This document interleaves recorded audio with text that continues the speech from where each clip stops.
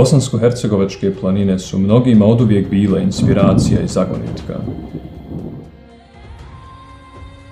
Vijekovima su ljudi sa ovih prostora sa znatiželjom, strahom i poštovanjem podijeli moćnim bosanskim gorostasima, pri tome uživajući u njihovoj ljepoti.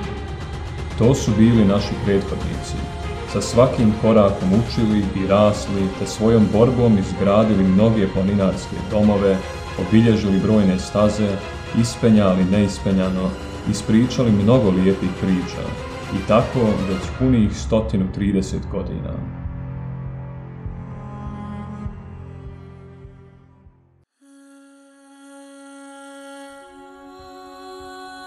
Bosna i Hercegovina je smještena na Balkanskom poluotoku, u srcu 645 km dugog lanca Dinarida, u jednom posebnom klimatskom sklopu, od blage i tople mediteranske pa do oštre i surove planinske klime.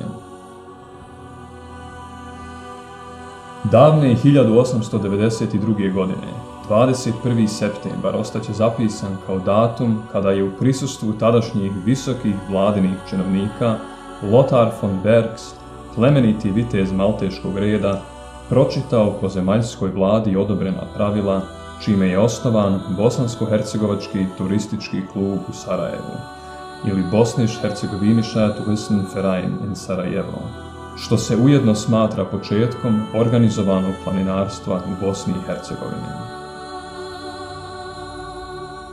Nakon toga započela je bogata historija bosansko-hercegovačkog planinarstva.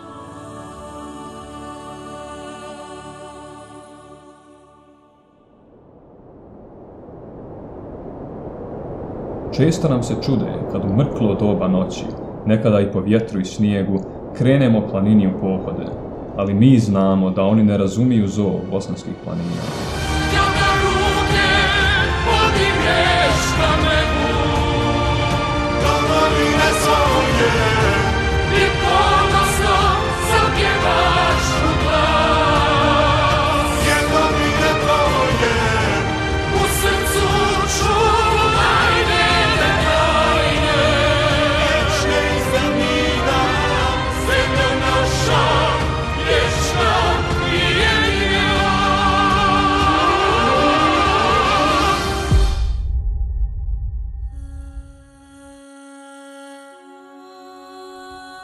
U 130 godina dugoj oficijalnoj historiji planinarstva odškolovane su mnoge generacije planinara, alpinista, planinarskih vodiča, gorskih spasioca, ali prije svega dobrih i hrabrih ljudi koji su ponosno koračali ne samo bosanskim, već i mnogim svjetskim gorima poput Alpa, Pamira, Himalaja, pa sve do najudaljenijih kutaka Amerike, Australije, Antarktika.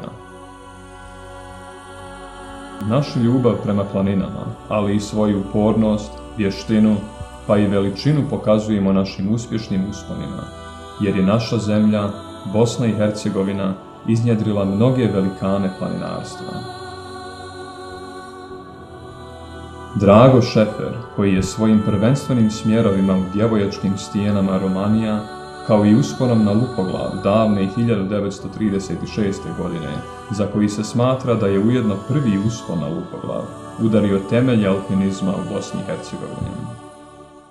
Drago Entraut i Dane Pavičević, planinari kojih se mnogi velikani sjećaju kao svojih učitelja, to je dvojac koji je 1965. godine izveo jedan od najznačajnijih uspona u historiji alpinizma Bosne i Hercegovine, kruna Nikolinih stijena.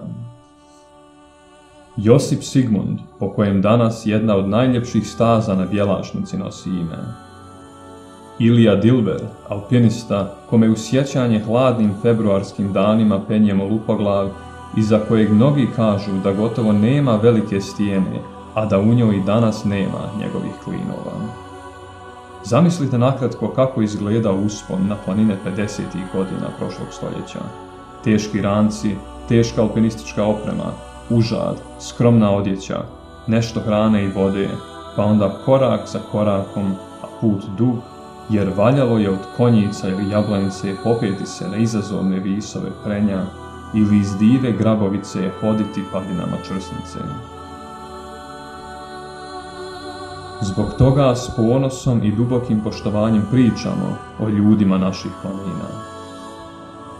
Faruk Zahirović, prvi bosansko-hercegovački planinar koji je prešao granicu od 4000 metara.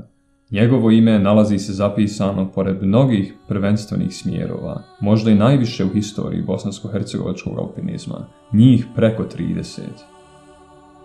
Petar Hilčišin, nasmijani vedar alpinista, instruktor GSS-a, i njegova partnerica s Mont Blana, Sonja Šiljak, danas naučnica svjetskog glasa, svojim usponom davne 1972. godine na najviši vrh zapadne Evrope bili su prva bosanska naveza koja je zakoračila na ovaj vrh. O uspješnim usponima Muhameda Šišića i Muhameda Gafića bi mogle knjige da se napišu. Spomenimo samo činjenicu da su bili dio čuvene jugoslovenske ekspedicije na krov svijeta Everest zapadnim grebenom, gdje je svjedok uspjeha i činjenica da smjer ni danas, više od 40 godina poslije, nikada nije ponovo ispenjan. Znanje se prenosilo s koljena na koljeno.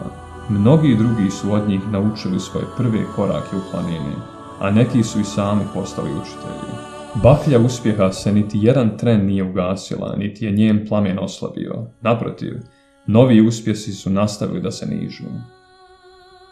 Edin Kajan, Željko Knez, Mukrim Šišić, Uzeir Beširović, Redžep Grabus i mnogi drugi su nastavili da hodaju njihovim stazama, da penju njihove smjerove i da od njih crpe vrijedno znanje i iskustvo.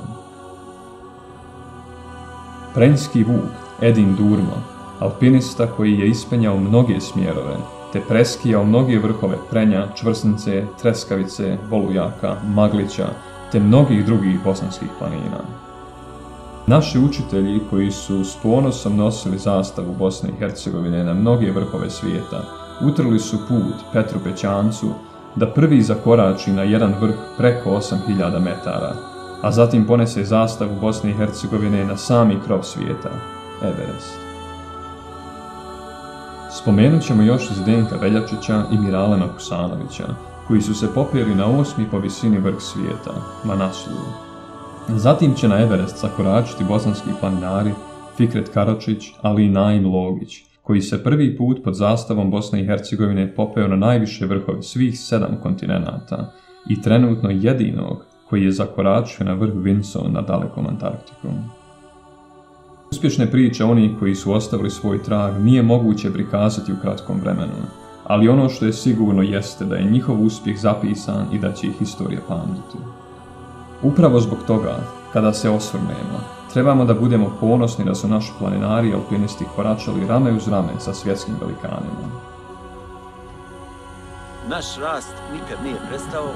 Danas samo Planinarski savez Federacije Bosne i Hercegovine ima 112 društava i preko 6500 planinara. Već 130 godina piše se historija planinarstva Bosne i Hercegovine. Naše velikane pamtimo, iz njihovog iskustva učimo i s ponosom nastavljamo ovu tradiciju.